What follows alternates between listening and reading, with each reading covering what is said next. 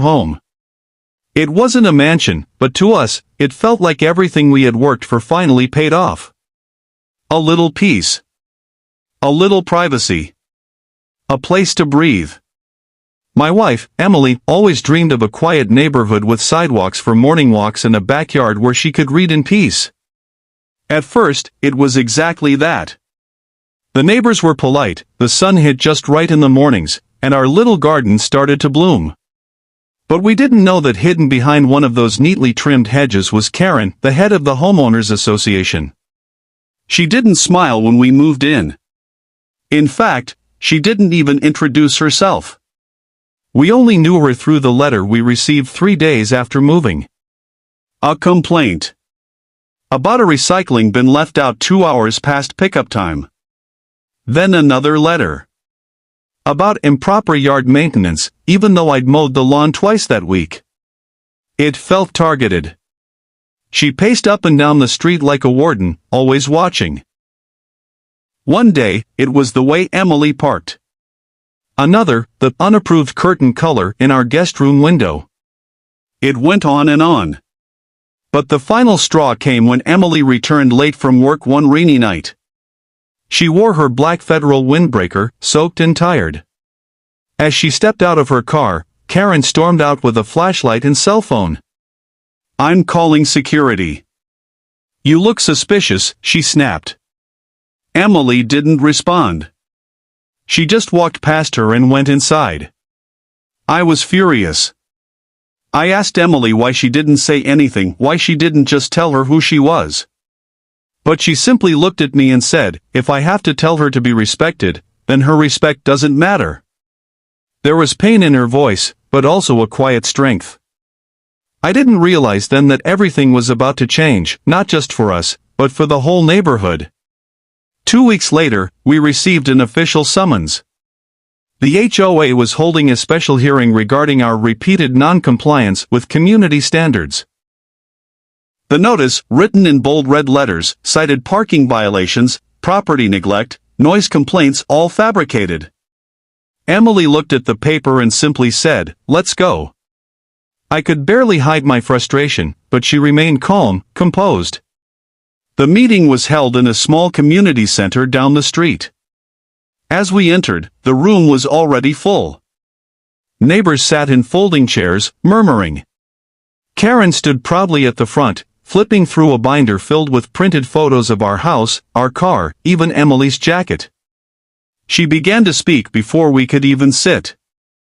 "These people have been a disturbance since day one," she announced. "They disregard our rules. They don't belong here." My fists clenched. I wanted to scream.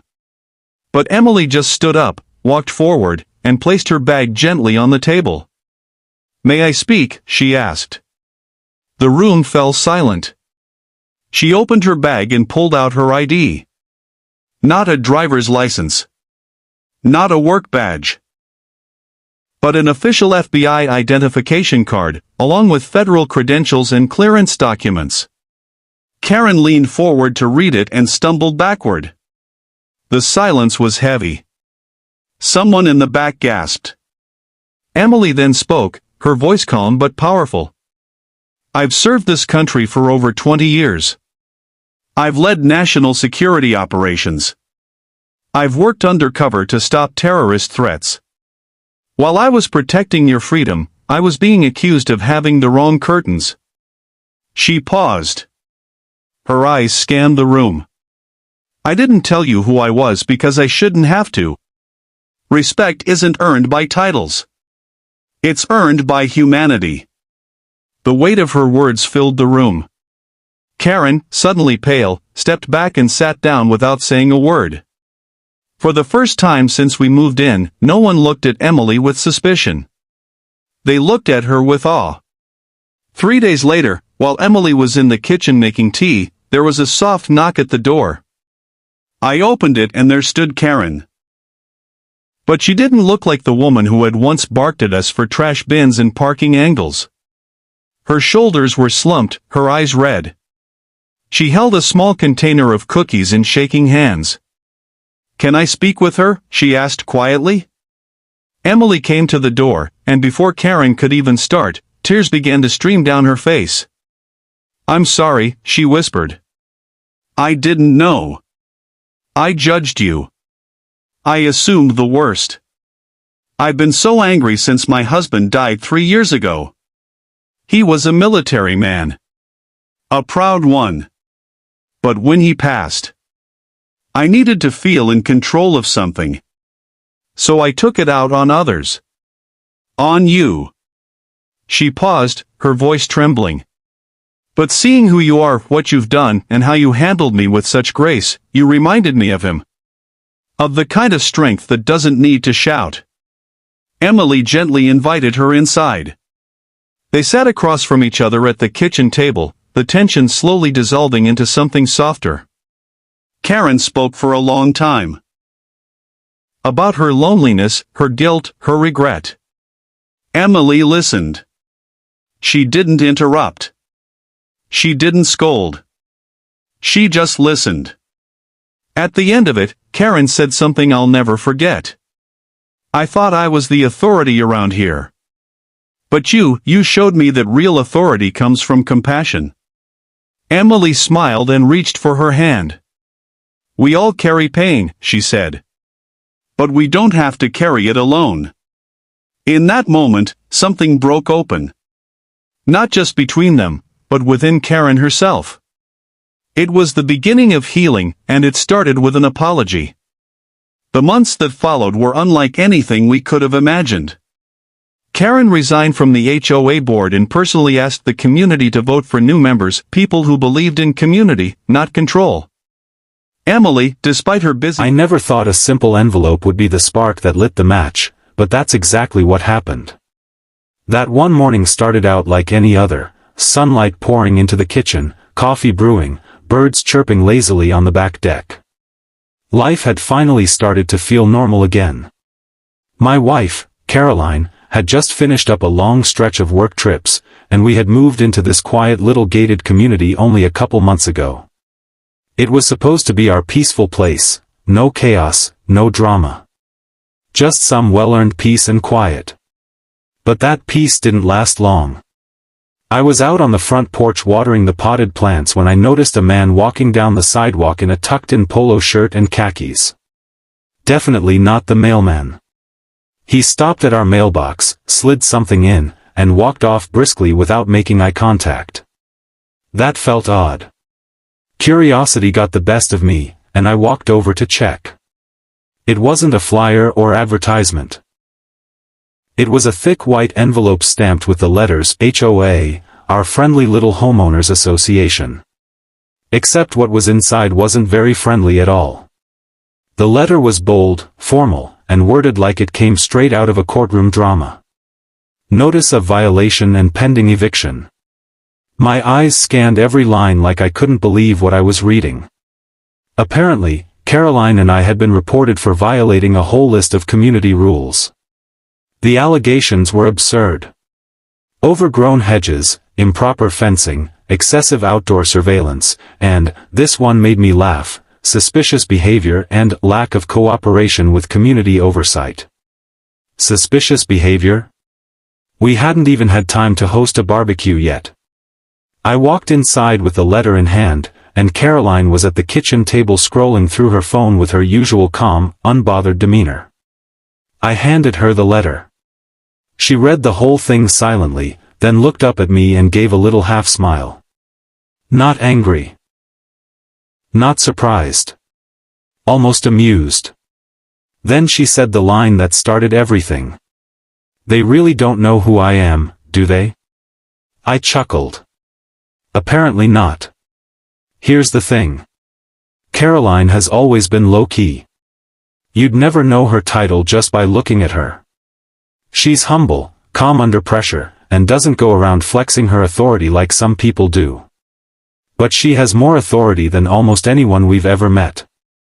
Because Caroline isn't just someone who works for the government, she's the actual director of the FBI. That's right. The woman the HOA was trying to evict is the highest-ranking law enforcement officer in the United States.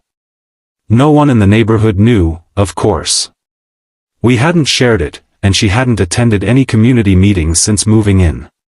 It wasn't out of arrogance or secrecy, just part of the job. She's used to being discreet. But apparently, to the HOA, that discretion meant we were untrustworthy and possibly hiding criminal activity.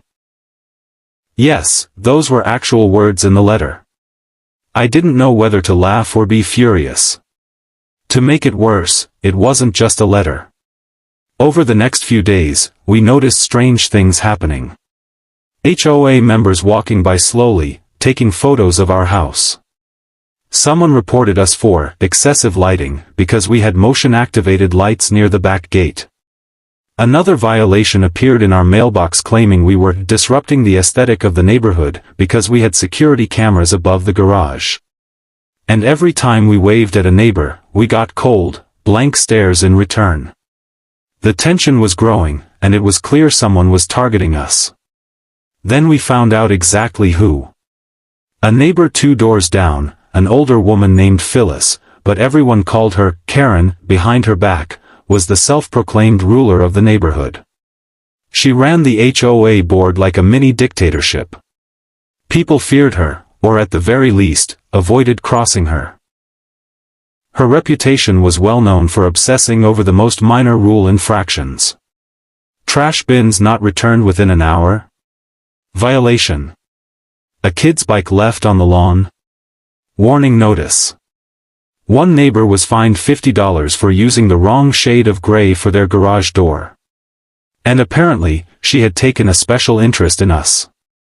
Rumor had it she was telling other board members that Caroline and I were security risks. That we didn't fit the neighborhood culture. That we were acting like spies. Ironically, she wasn't far off. Caroline does oversee national intelligence operations, but not in the way Karen thought. At that point, Caroline still hadn't said a word to them. She watched, waited, collected each letter and filed it away. But I could tell from her expression that something was building. She didn't get angry. She got focused. And that's always a sign something big is about to happen. Then, the final straw came. An official summons was taped to our front door, demanding our presence at a mandatory emergency HOA board hearing. The reason? Escalating community complaints and unresolved code violations. It was set for Saturday afternoon at the community clubhouse. I looked at the notice, then looked at Caroline. She glanced at her watch, shrugged, and said one sentence that made my skin tingle. Guess it's time I introduced myself. Saturday arrived faster than expected. The community clubhouse was only a short walk away, but it felt like we were marching into enemy territory. The sun was shining, birds chirped like nothing was wrong, but tension hung in the air like smoke before a storm. Caroline walked beside me, her posture upright, her expression unreadable. She wore a simple navy blue blazer over a white shirt, nothing flashy, but somehow she carried herself like someone 10 times more important than anyone inside that building. Because she was. We stepped into the clubhouse, and it was as if the temperature dropped 10 degrees. Every member of the HOA board was already there, sitting behind a long folding table like some amateur courtroom. Karen, yes, that Karen, sat in the center, flanked by 2 men and 1 other woman, all with sour expressions like they'd been waiting all week for this. A few curious neighbors were also seated in the back row, whispering and pretending not to stare. The room smelled like fresh paper, cheap cologne, and nervous energy. Karen cleared her throat and leaned forward, putting on her best performance. "Thank you for attending on such short notice," she said, as if she hadn't practically taped a threat to our front door. "We've received numerous complaints and concerns from our community regarding your behavior, your modifications to your property, and your unwillingness to cooperate with neighborhood standards." Caroline didn't blink. Karen continued, clearly enjoying the attention. "This meeting is to address whether your continued residence here aligns with the vision and safety of our community. You've failed to attend any of our scheduled board meetings, declined to complete the community background form, and your property surveillance system raises privacy concerns." Then came the dramatic pause. Unless you can provide transparency about your identity and your activities, Karen said, emphasizing each word like a TV villain, the board will proceed with formal removal recommendations under Article 8, Section 2B of our community charter. There was a smugness in her voice, the kind of tone that says, I've already won. I glanced around. A couple of the board members looked unsure now. One kept tapping his pen nervously. But Karen? She was practically glowing, convinced she had us cornered. Then Caroline calmly reached into her bag and pulled out a leather wallet. She opened it and set something on the table in front of them, her federal badge and official FBI credentials. For a moment, no one breathed. Even Karen leaned forward like she wasn't sure if it was real. The gold badge caught the light just right. Underneath it was her name, her official title, and the unmistakable seal of the United States Federal Bureau of Investigation. Caroline looked straight at Karen and said clearly, "My name is Caroline Jensen. I am the director of the FBI. I oversee national security operations for the United States government. And while I have neither the time nor the need to flaunt that, you have now escalated your behavior into a category that may require federal attention." The silence was heavy. You could hear a pin drop. Then one board member let out a quiet, "Oh, wow." Karen tried to recover. "Well, that's interesting, but that doesn't excuse ignoring HOA protocols." Caroline cut her off with a single raised hand. "I have respected your community rules. I've done nothing to violate this neighborhood's peace. But what you've done, Karen, is targeted harassment. You've weaponized local bylaws to intimidate someone based on privacy and assumptions. That's not oversight, that's a personal vendetta." Karen opened her mouth again, but Caroline wasn't finished. "I've already filed documentation of every letter, complaint, and surveillance photo you've sent or authorized. And in case you're unaware, your Article 8, Section 2B doesn't override federal law. I suggest you and your board consult an attorney before you try to evict a federal official for installing motion lights and not telling you where I work." Karen's face drained of all color. The room went completely still. And then, like a bubble popping, one neighbor in the back row let out a little gasp and whispered, "She's really FBI?" Another board member leaned over and said under his breath, "You didn't say anything about this." Karen suddenly looked very, very small. Caroline picked up her badge, tucked it away, and calmly stood. "I don't need an apology," she said, "but I do expect the harassment to stop. Immediately. Otherwise, we'll have to discuss this again, on record. In a very different kind of hearing." She turned and walked out of the clubhouse like nothing happened. I followed close behind, struggling not to laugh at the stunned silence behind us. Nobody followed us. Nobody said another word. Just wide eyes, dropped jaws, and a stunned Karen who had just realized she tried to evict the one person who could legally investigate her. As we stepped outside, I said, "That was amazing." Caroline just smiled. Some people need a gentle reminder that authority works both ways.